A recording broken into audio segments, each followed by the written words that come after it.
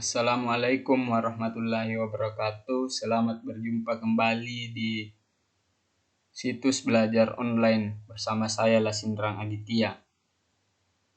Oke, pada kesempatan kali ini kita akan melakukan latihan soal tes kemampuan akademik atau TPA pada bidang sosial dan humaniora UTBK SBMPTN, bidang studi sosiologi.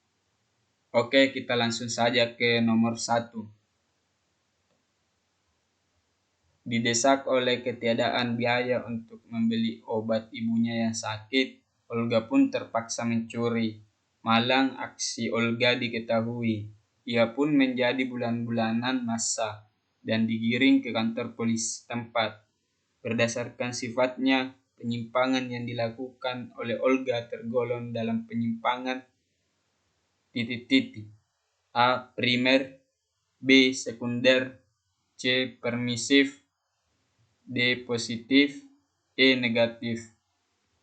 Mari kita cek jawabannya. Jawabannya adalah penyimpangan sekunder, B. Penyimpangan sekunder. Kita lanjut ke nomor 2. Metode penelitian yang memungkinkan peneliti memanipulasi variabel dan akibat-akibatnya adalah metode A. Deskriptif, B. Eksperimen, C. Historis, D. Korelasional, E. Observasi. Jadi saya ulangi soalnya, yaitu metode penelitian yang memungkinkan peneliti memanipulasi variabel dan akibat-akibatnya adalah metode A. Deskriptif, B. Eksperimen, C. Historis, D. Korelasional, E. Observasi. Mari kita cek jawabannya. Jawabannya adalah C. Historis. Lanjut ke nomor 3. Tahap di mana anak mulai pandai meniru dan mengenali signifikan order dalam klasifikasi tahapan sosialisasi George Herbert Mead diistilahkan dengan titik-titik. A. Preparatory stage, B. Play stage, C. Game stage, D. Generalized order, E. Generalized stage. Jadi saya ulangi soalnya. Tahap di mana anak mulai pandai meniru dan mengenali signifikan order dalam klasifikasi tahapan sosialisasi George Herbert Mead diistilahkan dengan istilah A. Preparatory stage, B. Play stage, C. Game stage, D. Generalized order, E. Generalized stage. Mari kita cek jawabannya. Jawabannya adalah B. Play stage, di mana tahap ini si anak bisa meniru dan mengenali secara signifikan tingkah laku yang dilihatnya. Kita lanjut ke nomor 4. Setelah masuk dalam genero, perilaku arum menjadi garang dan sewenang-wenang terhadap siapapun yang ditemuinya. Fenomena tersebut merupakan bentuk penyimpangan sosial yang disebabkan oleh titik-titik. A. Sosialisasi yang tidak sempurna, B. Anomi, C. Pelabelan, D. Subkultur penyimpangan, E. Ikatan sosial yang berbeda. Jadi saya ulangi soalnya, yaitu setelah masuk dalam genero, perilaku arum menjadi garang dan sewenang-wenang terhadap siapapun yang ditemuinya. Fenomena tersebut merupakan bentuk penyimpangan sosial yang disebabkan oleh A. Sosialisasi yang tidak sempurna, B. Anomi, C. Pelabelan, D. Subkultur menyimpan, menyimpang, ikatan sosial yang berbeda. Mari kita cek jawabannya. Jawabannya adalah D. Subkultur menyimpang. Oke, kita lanjut ke nomor 5. Cara pemberian suatu pandangan atau pengaruh oleh seseorang kepada orang lain dengan cara tertentu sehingga orang tersebut mengikuti pandangan atau pengaruh itu tanpa berpikir secara kritis dan rasional disebut A. Imitasi, B. Identifikasi, C. Sugesti, D. Motivasi, E. Simpati. Saya ulangi soalnya. Cara pemberian suatu pandangan atau pengaruh oleh seseorang kepada orang lain dengan cara tertentu sehingga orang tersebut mengikuti pandangan atau pengaruh itu tanpa berpikir secara kritis dan rasional. Disebut titik-titik A. Imitasi, B. Identifikasi, C. Sugesti, D. Motivasi, dan E. Simpati. Mari kita cek jawabannya. Jawabannya adalah sugesti. Jadi orang tersebut langsung mengikuti pandangan atau pengaruh yang diberikan oleh orang lain tanpa berpikir secara kritis maupun rasional. Itulah yang disebut dengan sugesti. Oke, kita lanjut ke nomor 6.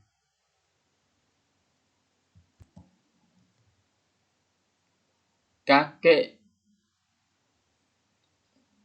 sama dengan pejabat, anak sama dengan karyawan, cucu sama dengan pengamen. Hal di atas menggambarkan terjadinya A. Mobilitas sosial vertikal naik intragenerasi, B.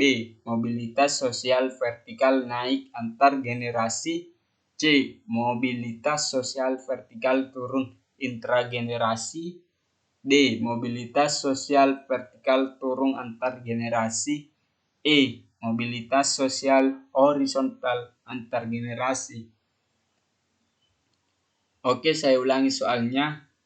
Kakek adalah pejabat, anak adalah karyawan, cucu adalah pengamen. Hal di atas menggambarkan terjadinya A. Mobilitas sosial vertikal naik intragenerasi, B. Mobilitas sosial vertikal naik antar generasi, C. Mobilitas sosial vertikal turun intragenerasi, D. Mobilitas sosial vertikal turun antar generasi, E. Mobilitas sosial horizontal antar generasi. Mari kita cek jawabannya. Jawabannya adalah D. Mobilitas sosial vertikal turun antar generasi. Jadi dari kakeknya seorang jabat, anaknya seorang karyawan, dan cucunya menjadi seorang pengamen. Inilah yang disebut dengan mobilitas sosial vertikal turun antar generasi. Karena awalnya kakeknya seorang pejabat, anaknya hanya menjadi seorang karyawan, dan cucunya hanya seorang pengamen. Inilah yang menandakan mobilitas sosial vertikal turun antar generasi. Oke, nomor 7. Mobil terbang telah dibuat oleh pabrikan kenamaan Jerman, yaitu BMW, namun belum digunakan masyarakat secara luas. Dalam hal ini, mobil terbang tergolong dalam A. Discovery, B. Invention, C. Innovation, D. Revolution, E. Modernization. Saya ulangi sekali lagi soalnya, yaitu mobil terbang telah dibuat oleh pabrikan kenamaan Jerman, yaitu BMW, namun belum digunakan masyarakat secara luas. Dalam hal ini mobil terbang tergolong dalam titik-titik A. Discovery, B. Invention, C. Innovation, D. Revolution, E. Modernization. Mari kita cek jawabannya. Jawabannya adalah A. Discovery. Oke, lanjut ke nomor 8.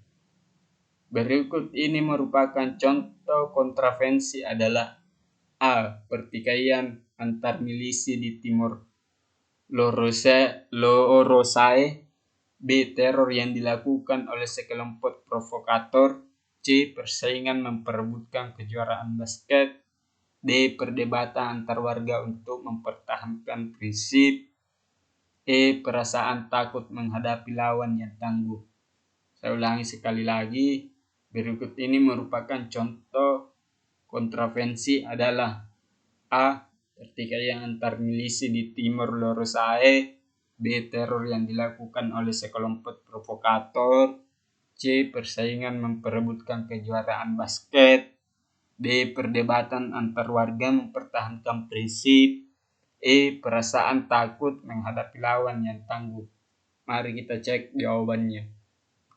Jawabannya adalah perasaan takut menghadapi lawan yang tangguh, bagian E. Oke, kita lanjut ke nomor 9. Pasca tertangkap basah mengonsumsi katilon, Raffi Ahmad digelandang pihak yang berwenang untuk menjalani rehabilitasi di BNN. Ditinjau melalui sudut pengendalian sosial, rehabilitasi tergolong dalam A. Preventif. B. Represif. C. Kompulasi. D. Pervasi. D. Edukatif. Saya ulangi soalnya. Pasca tertangkap basah mengonsumsi katilon, Raffi Ahmad digelandang pihak yang berwenang untuk menjalani rehabilitasi di BNN. Ditinjau melalui sudut pengendalian sosial, rehabilitasi tergolong dalam A. Preventif. B. Represif. C. Kompulasi. D. Pervasi. E. Edukatif. Mari kita cek jawabannya. Jawabannya adalah pervasi. Nomor 10. Nadia selalu mengikuti upacara labuan di Pantai Parangkusumo yang digelar setiap setahun sekali. Tindakan Nadia didasarkan pada rasionalitas berorientasi. A. Formal. B. Instrumental. C. Nilai. D. Tradisional. Dan E. Afeksi. Saya ulangi soalnya kembali. Nadia selalu mengikuti upacara labuan di Pantai Parangkusumo yang digelar setiap setahun sekali. Tindakan Nadia didasarkan pada rasionalitas berorientasi titik-titik. A. Formal. B. Instrumental. C. Nilai. D. Tradisional. E. Afeksi. Mari kita cek jawabannya. Jawabannya adalah D. Tradisional. Nomor 11. Penyimpangan tindakan pelaku mengarah pada nilai-nilai sosial yang dipandang rendah dan mengganggu sistem sosial merupakan titik-titik. A. Penyimpangan primer. B. Penyimpangan sekunder. C. Penyimpangan negatif. D. Penyimpangan positif. E. Penyimpangan sosial. Sekali lagi saya ulang soalnya. Penyimpangan tindakan pelaku mengarah pada nilai-nilai sosial yang dipandang rendah dan mengganggu sistem sosial merupakan titik-titik. A. Penyimpangan primer. B. Penyimpangan sekunder. C. Penyimpangan negatif. D. Penyimpangan positif. E. Penyimpangan sosial. Mari kita cek jawabannya. Jawabannya adalah C. Penyimpangan negatif. Negatif karena ini mengganggu sistem sosial yang lainnya. Selanjutnya nomor 12. Berikut yang bukan faktor pendorong integrasi nasional. Saya ulang soalnya. Berikut yang bukan faktor pendorong integrasi nasional. Jadi yang bukan menjadi faktor pendorong integrasi nasional adalah titik-titik. A. Suku bangsa yang beragam. B. Menghindari terjadinya diskriminasi. C. Identitas nasional yang kuat. D. Kebudayaan nasional. E. Bahasa nasional. Jadi saya ulang soalnya, berikut yang bukan faktor pendorong integrasi nasional adalah titik-titik. A. Suku bangsa yang beragam. B. Menghindari terjadinya diskriminasi. C. Identitas nasional yang kuat. D. Kebudayaan nasional.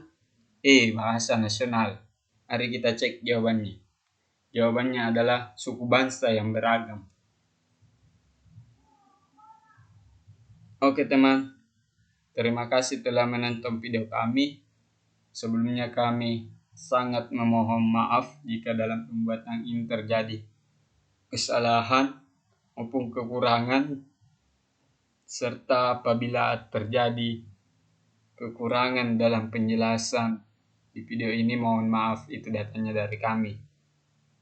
Selanjutnya, terus support kami untuk berbagi ilmu pengetahuan di YouTube dengan cara subscribe, like, comment, and share channel Situs Belajar Online. Terima kasih.